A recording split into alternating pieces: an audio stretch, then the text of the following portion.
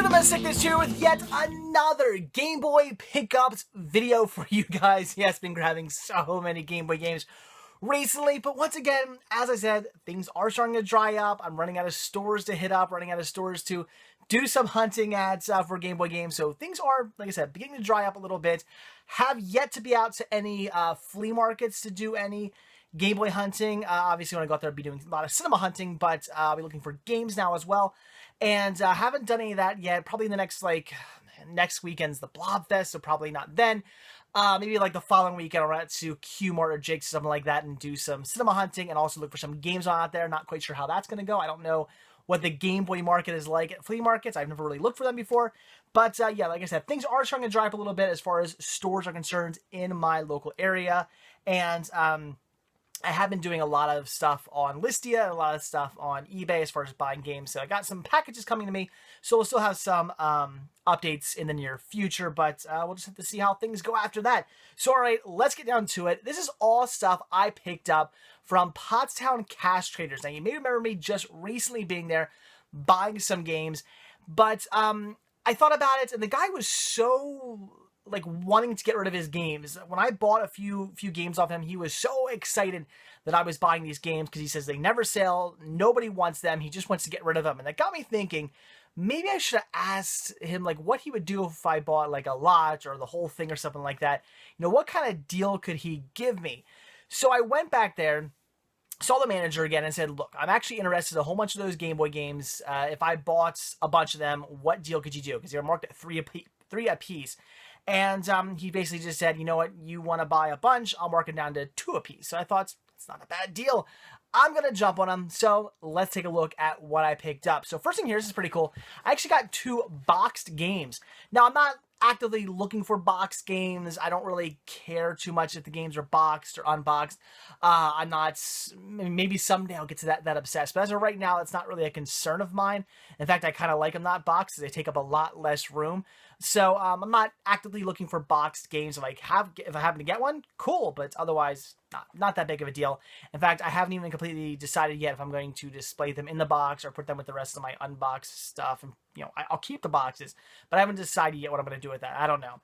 But anyway, first thing here is Freestyle, which is a motocross game. And from what I've played thus far, it's like a racing game. I don't know if I'm sorry, it's called Freak Style. I said that wrong. Freak Style, not Freestyle.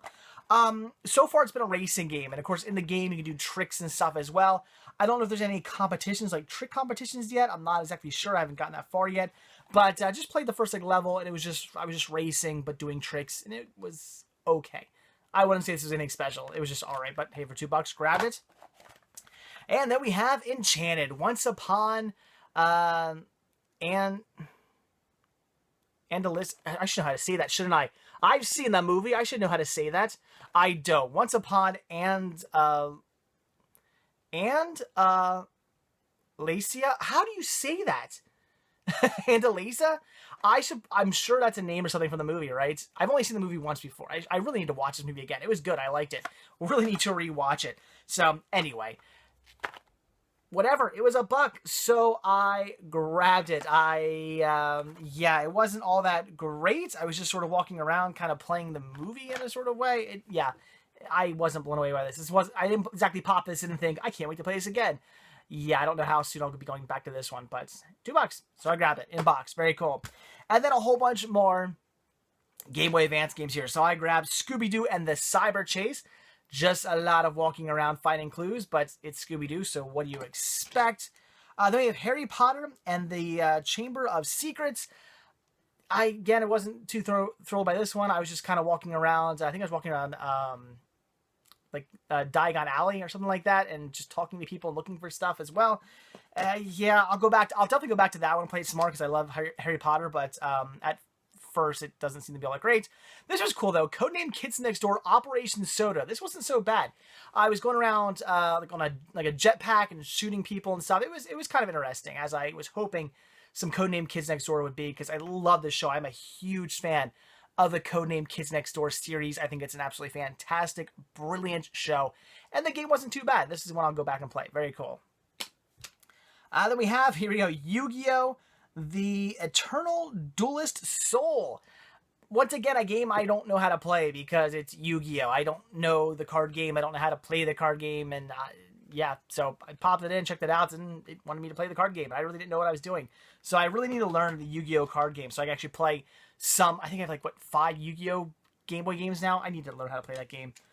Oh boy, and then we have the Chronicles of Narnia, the Lion Witch, and the Wardrobe. This was more of just kind of playing the movie. It just sort of started out, and you're like, okay, I'm going through. I can talk. I'm going through the wardrobe, and now I'm walking around walking on Narnia, and it just felt like I was like playing the movie, which wasn't all that exciting. So, yeah, we'll see about that one. Then we have Beyblades G Revolution, which wasn't nearly as exciting as the other Beyblades game I had, which again was just very much like Marble Madness. This was more like kind of an adventure sort of thing, and it was all right. Powerpuff Girls Mojo Jojo A Go-Go. Cool name for a game. And this was just all right as well. You're flying around as Powerpuff Girls, and you're shooting stuff and whatnot, and it was okay, but it's very... I can't talk. Where's my voice going? But it was very kiddie down, and it's kind of cool. You get to switch through like the 3 girls, which is kind of interesting. At any point, you're the 3 girls flying, and you're kind of flying in a triangle formation. One goes out front, and you can like switch them and stuff, which is pretty cool. But it seemed really kiddie down, like really watered down. It didn't seem like it was going to be that difficult of a game. I only played the first level, kind of breezed right through it. So I'll play it some more. We'll see. It's Powerpuff Girls. Gotta play that some more. We have Madagascar, which again wasn't all that exciting, but it was okay. First level, I think I was playing as... wow, it's been a long time since I've watched the Madagascar series. What's the name of the lion? I completely forget the name of the lion from Madagascar. I feel really bad that I'm forgetting their names. It'll hit me as soon as I'm done this video. But playing around as him, and you're just kind of walking and jumping over things and dodging stuff, and it seemed okay. Maybe we'll see. What I want, God, it's driving me nuts. I'm forgetting getting that damn lion's name. The name Elliot's popping in my head, but is that right? Or is that one of the other characters? Why I'm forgetting his name. I feel horrible. I'm forgetting that. We have Claws and Paws Pet Fed, which is exactly what it sounds. You're taking care of animals. Then we have, here we go, Mary-Kate and Ashley Sweet 16. Yes, another Mary-Kate and Ashley game for my collection. I got so many of these now. This one was simply just your Mary-Kate and Ashley. You now have, it's your Sweet 16 license to drive. Yeah, that's it. You turn 16, you now have your permit, you're going around driving, and you can't hit things, and you can't speed, and it's just kind of like you're just driving around trying not to get in trouble driving. But you're like picking up people and taking them to the house and stuff, and I'm thinking to myself, you're 16, you only have your permit. Shouldn't you be driving around with like an adult and stuff like that? And are your parents going to be cool if you just pick it up like your friends and take them to the mall and stuff? It just seemed kind of weird, but yeah, you're driving around trying not to get in trouble. And when you do, you're just like, uh-oh, it's so bad. Lemony Snicket's A Series of Unfortunate Events. Great movie, not so good of a game. Once again, it's just kind of like playing the movie. It wasn't all that great. And then we have Drake and Josh, which is a show I never watched, a Nickelodeon show I never checked out. This seemed okay. I was walking around and you're like finding things, but you're also kind of you have to like do it stealthy. You gotta like sneak past guys. Oh, I don't want to say it's like Metal Gear, but it's sort of, because it's a stealth game. You got to walk past people without getting caught. That's the whole thing. You can't walk past people when they're facing you, and there's parts where like there's multiple people in rooms. You gotta wait till like they're all kind of facing the right way and sneak past people. So it seems interesting. I will play this some more and I will check it out. But so far, it didn't seem like a horrible game. We will see. And then this was really cool because he threw this in for absolutely free. After I picked all that up, which I got to pay, let's see, 2, 4, 6, 8, 10, 12, 14, you know what? I actually didn't pay that. I only paid $20 for all this stuff. So he actually gave me a better deal. I didn't even realize that. I should have thanked him. He actually gave this all to me for only $20. And there's definitely over $20 worth of stuff here. So very, very awesome. I actually asked him how much he would do for 10. And then he was like, what do you want? And he's just like, let me know all the titles you want and I'll go from there. So I just let him know everything I wanted. I didn't even realize I picked out more than I initially had planned on getting. So very cool. That's a nice little surprise there. So I paid $20 for all that stuff. Awesome. And then this was thrown in for free because he's like, don't you want this? And I said, I do, but it wasn't the best condition. So he goes, oh, okay, well, you know what? You can just have it then. And that is Toy Story 2 for the Game Boy Color / for the Game Boy. Very cool. As you can see, the artwork isn't exactly in the best condition, which is why I passed on. I wasn't about to pay even, $2 for this. I was like, maybe $1 I would have grabbed it for $2. I was like, I'll find a better copy of it somewhere down the line. And it's not exactly a game I'm dying to have or anything like that. So I passed on it. But like I said, he just went, you want it here. You buy all these games, you want it for free. It's yours. Because it was the only Game Boy game they had, traditional Game Boy game they had left. I had bought every single one of their black and white Game Boy and every single one of their Game Boy Color games they had.